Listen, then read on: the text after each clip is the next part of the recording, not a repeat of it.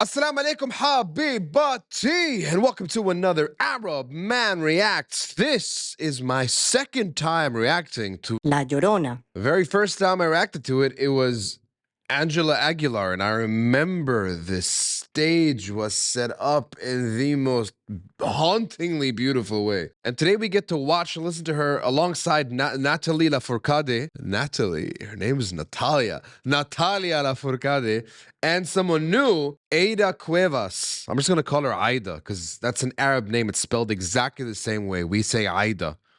I'm assuming it's pronounced Aida. This is a performance in the 2019 Grammys, so this is huge. It's got like 73 million views on it. Remember to like, comment, subscribe, turn on the bell notifications, support us if you want to by leaving a super thanks down below or by joining us over on Patreon, link in description below. Although this video probably won't let you leave a super thanks because 100% of this video is going to be blocked and Rem's going to have to work some magic to get it unblocked. Let's go.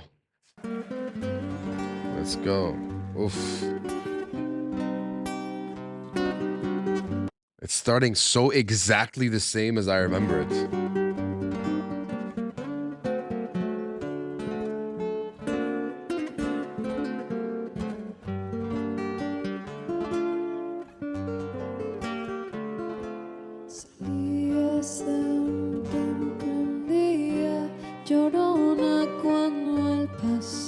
All right. Mad respect because of one thing. If you watch a lot of Grammy performances, a lot of big performances, Super Bowl performances, most of those performances are playback. They have to do that to control it. There's so much going on that they would rather, and this is really comes down to the production of the show, they would rather be safe than sorry. So that's why they usually have playback. Yes, singers are singing over it, but they've got vocal tracks running, they've got instrumental tracks running. Even if you see drums being played, the drums are also being played on the playback track. So this, so far, absolutely zero playback on this. Nothing. So far, what we're getting is an actual performance.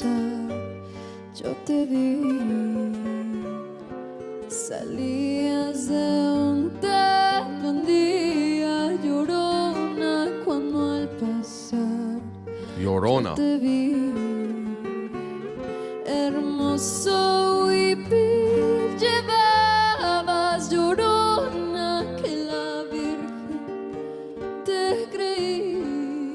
شو حلو صوتها شو حلو صوتها.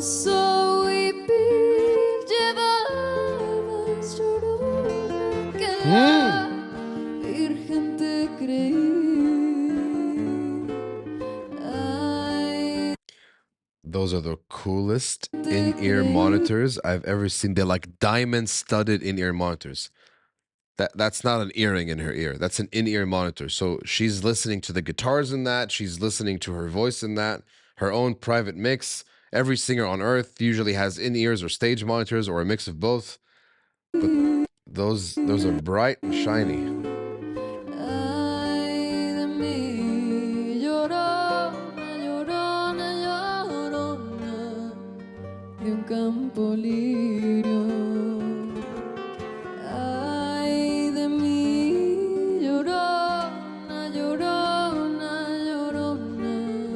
She brings such an innocence into the performance. So that strap at the back, so the in-ear monitors, they're connected to that receiver on the back of it. And usually on that receiver, there's a volume knob. And she gets to control how high or low she wants the mix. She wants to listen to the mix. That receiver is wireless, going up to the PA system, the production system that they have somewhere in the back, where there's a sound engineer that's in control of all the mixes. So usually the singer has their own mix, the audience has their own mix with the speakers in the venue, the other musicians have their own mixes, whether on monitors or whether on in-ears as well. And so it makes it wireless from the PA to this receiver that's on her back, but then it's wired from that receiver through the cables into the in-ear monitors that are plugged into her ears.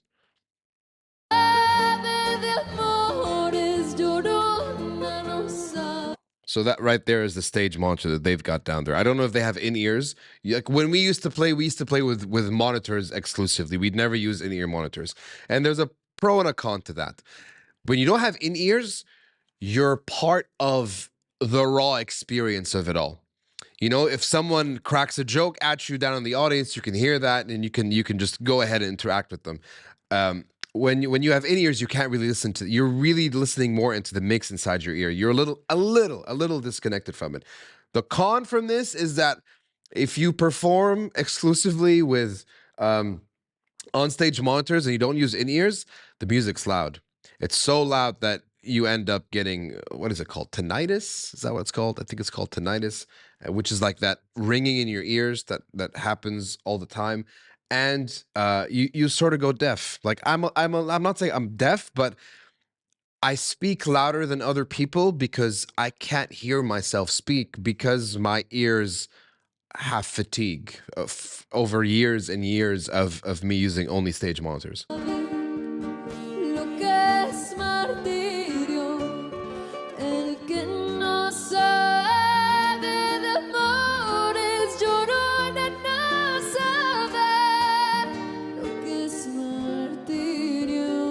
I swear, it doesn't sound like there's reverb on her voice. Her voice is so good.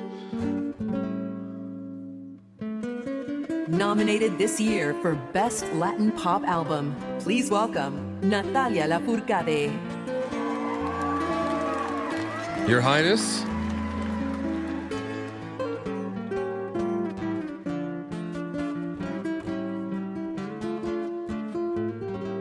Sí, porque te quiero, quieres, Llorona, quieres que te quiera más.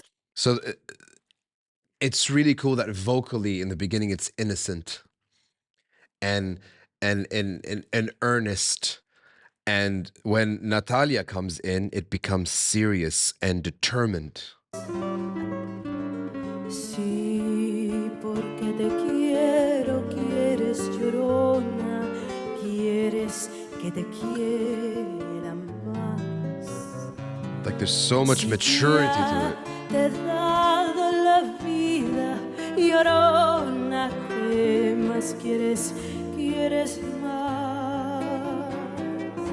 Si ya te he dado la vida, Llorona, ¿qué más quieres? Quieres más. Ay de mí, Llorona, Llorona, Llorona, tú eres mi chunca. Mi chunca. Ay de mí, Llorona, Llorona, Llorona, Llorona, tú eres mi chunca. Me quitarán de quererte, Llorona, pero de olvidarte nunca.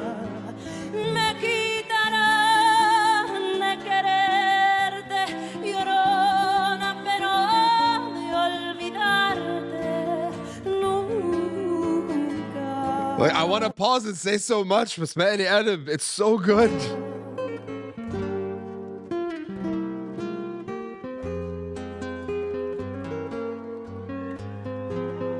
Ladies and gentlemen, nominated for Best Regional Mexican Album, Aida Cuevas. Wow, she looks amazing. Que tienen las flores, Llorona. I love their decision to put them next to each other like this, dude. Like their voices are so, it's like the natural evolution of it starts here, then it becomes here, then it becomes here. And I'm not talking about necessarily tonality or the dynamics of their voices. They're all unique in their own special way, but I'm just talking about the tonality of the song and what it requires and what it needs. Like it's given it such a different dynamic because of these voices that sort of feel like someone that's young and then someone that's a little older and then someone that's a lot older than that first person. And it's a very great representation of just the way life is. How we start off, we're a little naive, you know, we're a little unsure and uncertain. And then as we grow older, we become more certain about things, more determined. We want to prove ourselves. And then comes her voice, which is, oh my God, her voice. Las flores del campo santo. That wisdom. No sé qué tienen las flores, Llorona. My God, demands Las that you listen to it. flores del campo santo, que cuando las mueve el viento, Llorona, parece que están llorando, que cuando las mueve el viento, Llorona, parece que están llorando. Wow. Ay, de mi Llorona, Llorona, Llorona, de azul celeste. Ay, de mi Llorona, Llorona, Llorona, de azul celeste. Aunque la vida me cueste, Llorona, no dejaré de quererte. Aunque la vida me cueste, Llorona, no dejaré de quererte.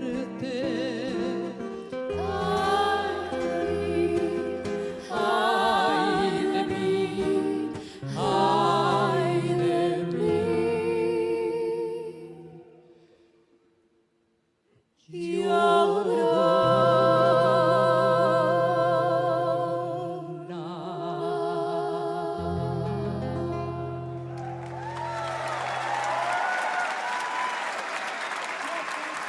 Okay. Based on what I listened to right there at the end, here's my assumption. It's an assumption. It's not fact. Usually when you want to do these performances, you're gonna practice and practice and practice and practice. 3 different artists coming into the studio, they're gonna have to practice it to make sure that it's perfect. And what they've done here towards the end, whether intentional or not, because look at the way it ends. Ba ba ba bum, ba ba ba bum. That's what they're singing. But they're not all singing at the same time. ay de mí, ay de mí,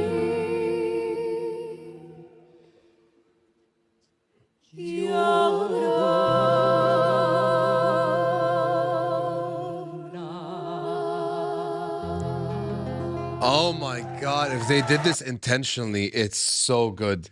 But I don't think it is. I think it's just them on stage singing the song. Like they practice it a few times and they're like, okay, in the ending, we'll just do that. But at the ending, every single one of them is ending it in their own way. And that adds such a beautiful layer of complexity to the ending.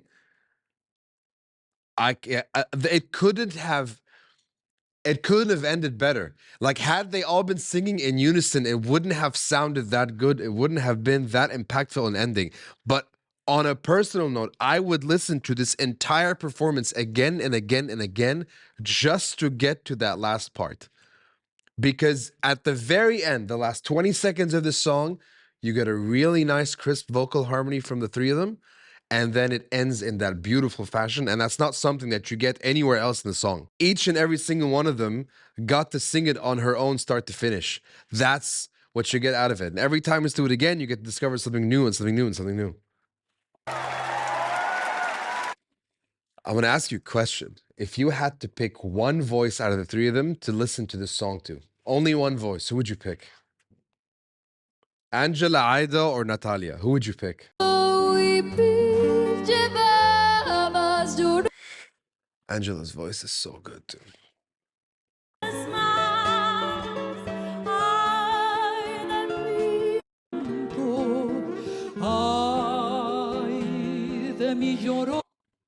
I don't know if this is going to upset people or not. I would